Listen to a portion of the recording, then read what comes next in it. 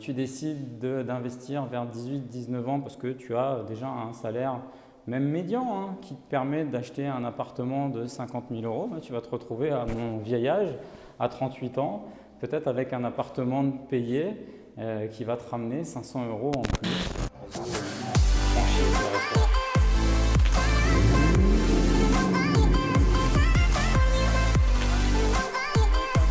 Plus de 2200 mètres carrés.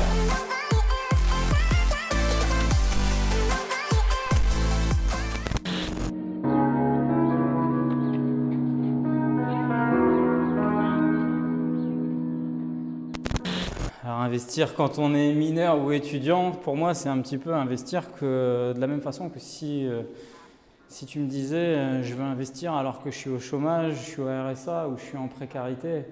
Il y a un temps pour tout en fait. Je peux comprendre que des jeunes hommes, des jeunes femmes qui regardent des vidéos et qui tombent sur des vidéos d'investisseurs et puis il y a tout ce show-off même peut-être derrière de l'investisseur qui devient riche, etc., qui a une vie exceptionnelle. Je peux comprendre cette envie, surtout à cet âge-là, de se dire moi je suis prêt, c'est ma vocation, plus tard je serai entrepreneur, je serai investisseur et puis j'ai envie de me lancer dans cette activité. Il faut garder la tête froide et la tête froide, à mon sens, elle passe déjà par le fait d'arriver à une certaine maturité, à une certaine aussi logique de majorité et de pouvoir être en pleine capacité de faire des acquisitions immobilières, soit par le biais déjà de son âge. On ne va pas faire un investissement immobilier alors qu'on a 15 ans, il faut avoir au moins la majorité et puis d'avoir, je le répète et je le répéterai toujours, même si on peut faire sans, c'est quand même beaucoup plus intéressant d'avoir un petit peu d'épargne de précaution, parce que se lancer dans l'immobilier, c'est pas n'importe quoi, d'avoir donc cette fameuse épargne de précaution et puis d'avoir aussi ces capacités d'emprunt pour bien évidemment soulever un prêt immobilier. Alors pour certains, il y a peut-être des enfants, des filles, des garçons de très bonnes familles, de très hautes familles qui n'auront pas besoin de prêt immobilier pour s'acheter des biens ou qui récupéreront des biens en donation, en succession ou peu importe. Mais en tout cas, se lancer, c'est très bien. Avoir l'envie de se lancer, c'est une très bonne chose. Mais passer à l'action, déjà, c'est impossible lorsqu'on n'est pas majeur.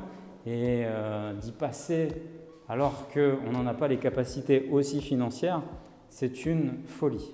Donc avant toute chose, lorsqu'on a 15 ans, 16 ans, déjà on ne consomme pas de formation sans déjà l'autorisation de ses parents.